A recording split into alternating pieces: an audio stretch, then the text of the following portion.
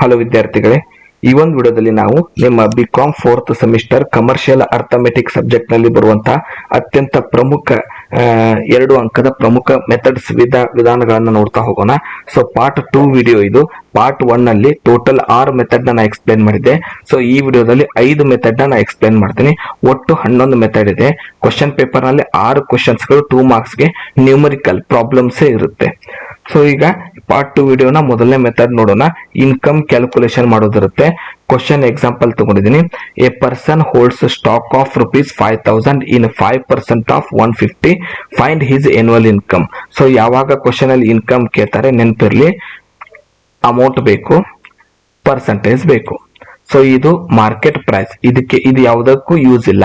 So income ಬರ್ತಿರೋದು 5%, ಅವ್ನು ದುಡ್ಡು ಇಟ್ಟಿರೋದು 5,000 ಗೆ 5% ಇನ್ಕಮ್ ಎಷ್ಟಾಗುತ್ತೆ ಇಷ್ಟು ಕಂಡು ಹಿಡಿದ್ರೆ ಸಾಕು. 5,000 ಇನ್ 5% ಆಫ್ 150. ಸೊ 150 ಯಾವುದಕ್ಕೂ ಯೂಸ್ ಇರೋದಿಲ್ಲ, ಅದು market price. 5,000 into 5 divided by 100, 5% ಮಾಡ್ತಾ ಇದ್ವಿ. ₹250 ಈಸ್ ಇನ್ಕಮ್. ಇನ್ನೊಂದು ಎಕ್ಸಾಂಪಲ್ ನೋಡೋಣ. A person holds 10,000 in 4% at 120. Find his annual income.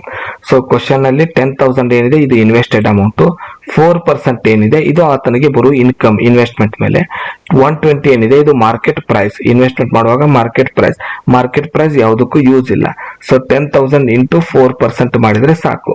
So 10,000 ಮೇಲೆ 4% ಮಾಡಿದ್ರೆ 400 ಆನ್ಯುವಲ್ ಇನ್ಕಮ್. ಇದು ಒಂದನೇ ವಿಧಾನ. ಇಷ್ಟೇ ಸಿಂಪಲ್ ಆಗಿರುತ್ತೆ. 2 ಮಾರ್ಕ್ಸ್ ನ ಎರಡನೇ ಪಾರ್ಟ್ ವಿಡಿಯೋದ ಎರಡನೇ ಮೆಥಡ್ ನ ನೋಡೋಣ.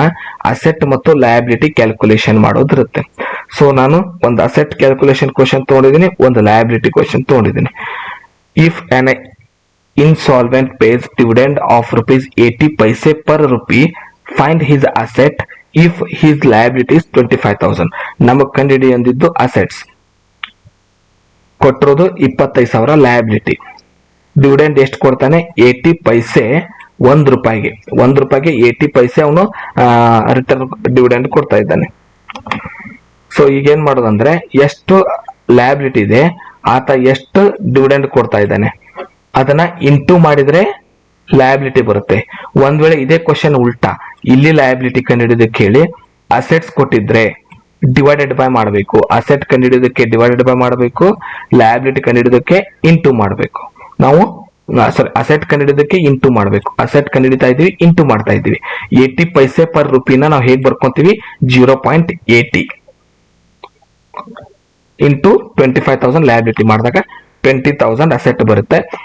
ಅದನ್ನ ಫಾರ್ಮುಲಾದಲ್ಲಿ ಬರಿಬೇಕು, ಅದಕ್ಕೊಂದು ಮಾರ್ಕ್ಸ್ ಇರುತ್ತೆ. ಏನ್ ಬರೀತಾರೆ ಅಂದ್ರೆ, assets is equal to liability into dividend rate. ಈಗ ಲಯಬಿಲಿಟಿ ಕಂಡುಹಿಡಿಯೋ ಕ್ವಶನ್ ತಗೊಂಡಿದ್ದೀನಿ. If asset of an insolvent is ₹3,000 and dividend 75 paise in a rupee, find liability. So ನಮಗೆ ಲಯಬಿಲಿಟಿ ಕಂಡುಹಿಡಿಯೋದಕ್ಕೆ ಹೇಳ್ತಾರೆ. ಲಯಬಿಲಿಟಿ ಕಂಡುಹಿಡಿಯೋದಕ್ಕೆ ನಾವೇನ್ ಮಾಡ್ತೀವಿ? ಡಿವಿಡೆಂಡ್ ಎಷ್ಟು ಕೊಟ್ಟಿದ್ದಾರೆ? 75 ಪೈಸೆ ಕೊಟ್ಟಿದ್ದಾರೆ. ಸೊ ಡಿವಿಡೆಂಡ್ ಫಾರ್ಮುಲಾ ಯೂಸ್ ಮಾಡ್ತೀವಿ. Dividend is equal to asset divided by liability. So ನಮಗೆ ಬೇಕಾಗಿರೋದು ಲಯಬಿಲಿಟಿ. ಸೊ ಆದ್ರಿಂದ ಫಾರ್ಮುಲಾ ಚೇಂಜ್ ಮಾಡ್ಕೋತಾ ಇದ್ದೀನಿ. ಅಸೆಟ್ ಡಿವೈಡೆಡ್ ಬೈ ಡಿವಿಡೆಂಡ್ ಅಂದ್ರೆ ಈ ಲಯಬಿಲಿಟಿನ ಡಿವಿಡೆಂಡ್ ಕಡೆ, ಡಿವಿಡೆಂಡ್ ನ ಲಯಬಿಲಿಟಿ ಕಡೆ ಕಳಿಸಿದ್ದೀನಿ. ಫಾರ್ಮುಲಾ ರೆಡಿ ಆಯ್ತು. ಈಗ ಕ್ಯಾಲ್ಕುಲೇಷನ್ ಮಾಡೋಣ. 3,000 ಅಮೌಂಟ್ ಇದೆ, ಡಿವೈಡೆಡ್ ಬೈ 75 ಪೈಸೆನ ನಾವು 0.75 ಅಂತ ಬರ್ಕೋತೀವಿ. ಅಮೌಂಟ್ 4,000 ಆಗುತ್ತೆ. ನೆನಪಿರ್ಲಿ, ಅಸೆಟ್ ಕೇಳಿದಾಗ ಕ್ವಶನ್ ಅಲ್ಲಿರೋ ಅಮೌಂಟ್, ಕ್ವಶನ್ ಅಲ್ಲಿರೋ ಡಿವಿಡೆಂಡ್ ರೇಟ್ ನಾವು ಇಂಟು ಮಲ್ಟಿಪ್ಲಿಕೇಶನ್ ಮಾಡಬೇಕು. ಲಯಬಿಲಿಟಿ ಕ್ವಶನ್ ಕೇಳಿದಾಗ ಕ್ವಶನ್ ಅಲ್ಲಿರೋ ಅಮೌಂಟ್, ಕ್ವಶನ್ ಅಲ್ಲಿರೋ ಡಿವಿಡೆಂಡ್ ನ ಡಿವೈಡೆಡ್ ಬೈ ಮಾಡಬೇಕು. ಸೊ ಡಿವಿಡೆಂಡ್ ಪರ್ಸೆಂಟೇಜ್ ನಲ್ಲಿ ಇರ್ಲಿ ಅಥವಾ ಪೈಸೆನಲ್ಲಿರ್ಲಿ 0 ಬರ್ಕೊಂಡ್ರೆ ಸಾಕು. ಅವ್ರು ಕೊಟ್ಟಿರೋ ನಂಬರ್ಗೆ 0 ಆಡ್ ಮಾಡಿದ್ರೆ ಅದು ಕನ್ವರ್ಟ್ ಆಗುತ್ತೆ. ನೆಕ್ಸ್ಟ್ ವರ್ಕ್ ಮೇಲೆ ಕ್ವಶನ್ ಬರುತ್ತೆ. If 4 men can do a work in 12 days, how many men are required to do the same work in 16 days? 4 ಜನ ಕೂಡ್ಕೊಂಡು 12 ದಿನದಲ್ಲಿ ಒಂದು ವರ್ಕ್ ಮುಗಿಸಿದ್ದಾರೆ. ಅದೇ ವರ್ಕ್ 12 ದಿನದಲ್ಲ 16 ದಿನದಲ್ಲಿ ಮುಗಿಸ್ಬೇಕಂದ್ರೆ ಎಷ್ಟು ಕೆಲಸಗಾರ ಬೇಕು? ಕ್ರಾಸ್ ಮಲ್ಟಿಪ್ಲಿಕೇಶನ್ ಮಾಡಿದ್ರೆ ಮುಗೀತು. ಸೊ ಕ್ರಾಸ್ ಮಲ್ಟಿಪ್ಲಿಕೇಶನ್ ಮಾಡೋಣ. Men is equal to x/4 ಅಂದ್ರೆ ನಾವು ಕ್ವಶನ್ ಅಲ್ಲಿರುವಂತ ಮೆನ್ ನ x ಅಂತ ನಾವು ಕನ್ಸಿಡರ್ ಮಾಡೋಣ. ಎಷ್ಟು ಕೊಟ್ಟಿದ್ದಾರೆ ಅಂದ್ರೆ 4 ಜನ ಮೆನ್ ನ 12 ದಿನದಲ್ಲಿ ಮುಗಿಸ್ತಾರೆ ಕೆಲಸನ. 16 ದಿನದಲ್ಲಿ ಎಷ್ಟು ಅಂತ ಕೇಳಿದಾರೆ. ಅಂದ್ರೆ ಇನ್ನೊಂದು ನಮ್ ಕ್ವಶನ್ ಮೆನ್. ಸೊ ನಾನು ಏನ್ ಮಾಡ್ತೀನಿ, ಕ್ವಶನ್ ಫಸ್ಟ್ ಬರ್ಕೊಂತೀನಿ, ಸೆಕೆಂಡ್ ಕೊಟ್ಟಿರುವಂತ ನಂಬರ್ ಆಫ್ ಮೆನ್ಸ್ ನ ಬರ್ಕೊಂತೀನಿ ವರ್ಕ್ ಗ. ಸೊ ಡೇಸ್ ಎಷ್ಟಿದೆ ಕ್ವಶನ್ ಅಲ್ಲಿ 2 ಇದೆ, ಒಂದು 12 ಡೇಸ್, ಒಂದು 16 ಡೇಸ್. ಸೊ 12:16 ಅಂತ ಬರ್ಕೊಂತೀನಿ. ಕ್ರಾಸ್ ಮಲ್ಟಿಪ್ಲಿಕೇಶನ್ ಮಾಡೋಣ. ಅಂದ್ರೆ x divided by 4 is equal to 12 divided by 16. 16 ಅಂದ್ರೆ 4 ಇಂಟು 12 ಮಾಡಿ ಡಿವೈಡೆಡ್ ಬೈ 16 ಮಾಡಿದ್ರೆ ಆನ್ಸರ್ ಬರುತ್ತೆ. 3 ಜನ ಸಾಕು. 16 ದಿನದಲ್ಲಿ ಕೆಲಸ ಮುಗಿಸ್ಬೇಕಂದ್ರೆ 4 ಜನದ ಬದಲಾಗಿ 3 ಜನ ಸಾಕು.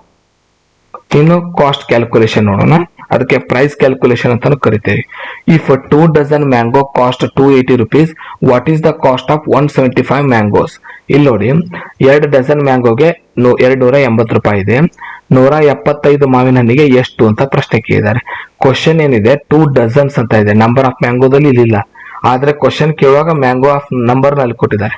ನಾವು 2 ಡಜನ್ ನ ನಂಬರ್ ಕನ್ವರ್ಟ್ ಮಾಡ್ಕೊಂಡು 1 ಡಜನ್ ಅಂದ್ರೆ 12 ನಂಬರ್ ಇಂಟು 2 ಮಾಡಿದ್ರೆ 24. ಸೊ 24 ಮ್ಯಾಂಗೋಸ್ಗೆ 280, 175 ಮ್ಯಾಂಗೋಗೆ ಎಷ್ಟು? ಕ್ರಾಸ್ ಮಲ್ಟಿಪ್ಲಿಕೇಶನ್ ಮಾಡಿದ್ರೆ ಸಾಕು, 2041.66 ಬರುತ್ತೆ. ಹೆಂಗಂದ್ರೆ 170 ಈಗ 24 ಹಣ್ಣಿಗೆ 280 ಆದ್ರೆ 175 ಎಷ್ಟು? 175 ಇಂಟು 280 ಡಿವೈಡೆಡ್ ಬೈ 24 ಮ್ಯಾಂಗೋಸ್.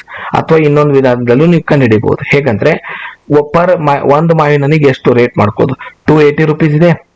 24 ಮಾವಿನನ್ನು 280 ನಾವು ಏನ್ ಮಾಡೋಣ, ಡಿವೈಡೆಡ್ ಬೈ ಅಂದ್ರೆ 280 ರೂಪಾಯಿ ನಾವು 24 ಹಣ್ಣಿಗೆ ಕೊಟ್ಟಿರೋದ್ರಿಂದ ಡಿವೈಡೆಡ್ ಬೈ ಮಾಡ್ಕೊಳ್ಳೋಣ.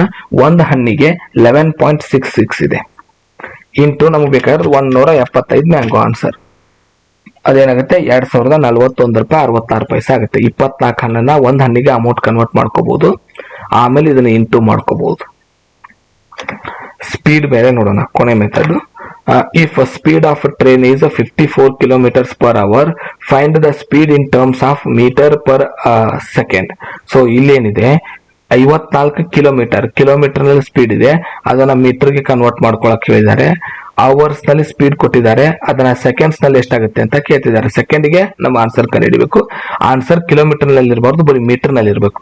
ಸೊ ಈಗ ಕಿಲೋಮೀಟರ್ ನಾವು ಮೀಟರ್ ಮಾಡ್ಕೊಂಡ 54 ಕಿಲೋಮೀಟರ್ ಇಂಟು 1000, ಯಾಕಂದ್ರೆ 1 ಕಿಲೋಮೀಟರ್ ಅಂದ್ರೆ 1000 ಮೀಟರ್, 54,000 ಮೀಟರ್ಸ್. ಅವರ್ಸ್ ನಾವು ಸೆಕೆಂಡ್ ಕನ್ವರ್ಟ್ ಮಾಡ್ಕೊಂಡ. ಸೊ ಕ್ವಶನ್ ಅಲ್ಲಿ ಎಷ್ಟು 1 ಅವರ್ ಅಂತ ಅಷ್ಟ ಶಬ್ದ ಕೊಟ್ಟಿದೆ ಅಂದ್ರೆ 1 ಅವರ್ ಇದ್ದಂಗೆ. 1 ಅವರ್ಗೆ 60 ಮಿನಿಟ್ಸ್, 1 ಮಿನಿಟ್ಗೆ 60 ಸೆಕೆಂಡ್ಸ್. 60 ಇಂಟು 60 ಮಾಡೋಣ, 3600. 1 ಅವರ್ ನಲ್ಲಿ 60 ಮಿನಿಟ್ಸ್ ಇರುತ್ತೆ, 1 ಮಿನಿಟ್ ನಲ್ಲಿ 60 ಸೆಕೆಂಡ್ಸ್ ಇರುತ್ತೆ. ಸೊ ಮಿನಿಟ್ಸ್ ಮತ್ತು ಸೆಕೆಂಡ್ಸ್ ನ ಇಂಟು ಮಾಡಿದೀನಿ. 1 ಅವರ್ ಇನ್ ಟೋಟಲ್ ಸೆಕೆಂಡ್ಸ್ 3600. ಎರಡನ್ನು ಡಿವೈಡೆಡ್ ಬೈ ಮಾಡಿದ್ರೆ ಆನ್ಸರ್ ಬರುತ್ತೆ. ಸೊ 54 ಕಿಲೋಮೀಟರ್ ಅಂದ್ರೆ 54,000 ಮೀಟರ್ಸ್ ಆಯ್ತು. ಅದನ್ನ ನಾನು ಸೆಕೆಂಡ್ಸ್ ನ ಹಾಕಿ ಡಿವೈಡೆಡ್ ಬೈ ಮಾಡಿದಾಗ 15 ಮೀಟರ್ಸ್ ಪರ್ ಸೆಕೆಂಡ್. ಈ ರೀತಿಯಾಗಿ ಕ್ಯಾಲ್ಕುಲೇಷನ್ ಮಾಡಬೇಕು. ಸೊ ಇವು 5 ವಿಧಾನ ಏನಿದೆ ಇದನ್ನ 6 ಅಂತಾನು ಅನ್ಕೋಬಹುದು ನೀವು. ಅಸೆಟ್ ಕ್ಯಾಲ್ಕುಲೇಷನ್ ಮತ್ತು ಲಯಬಿಲಿಟಿ ಸಪರೇಟ್ ಆಗಿ ಪ್ರಾಕ್ಟೀಸ್ ಮಾಡಬಹುದು. ಸೊ ಮೊದಲೇ ವಿಡಿಯೋದಲ್ಲಿ 6 ವಿಧಾನ, ಸೆಕೆಂಡ್ ಮೆಥಡ್ ನಲ್ಲಿ ಸೆಕೆಂಡ್ ಪಾರ್ಟ್ ವಿಡಿಯೋದಲ್ಲಿ 6 ವಿಧಾನ ಹೇಳಿದೆ. Total 12 method 2 marks problem practice ಮಾಡಿದ್ರೆ 2 ಮಾರ್ಕ್ಸ್ ನಲ್ಲಿ ಬರುವಂತ ಎಲ್ಲ ಲೆಕ್ಕಗಳ ಪ್ರಾಬ್ಲಮ್ ನಿಮಗೆ ಸಾಲ್ವ್ ಔಟ್ ಆದಂತೆ. ಸೊ 5 ಮಾರ್ಕ್ಸ್ 7.5 ಮಾರ್ಕ್ಸ್ ಗೆ ಇರುತ್ತೆ. ನೆಕ್ಸ್ಟ್ ಅಂದ್ರೆ 15 ಮಾರ್ಕ್ಸ್ ಎ ಬಿ ಕ್ವಶನ್ ಕೇಳೋದ್ರಿಂದ ಒಂದಕ್ಕೆ 7.5 ಒಂದಕ್ಕೆ 7.5 ಮಾರ್ಕ್ಸ್ ಇರುತ್ತೆ. ಸೊ ಅವುಗಳನ್ನ ನೆಕ್ಸ್ಟ್ ವಿಡಿಯೋದಲ್ಲಿ ಡಿಸ್ಕಷನ್ ಮಾಡೋಣ. ಧನ್ಯವಾದಗಳು.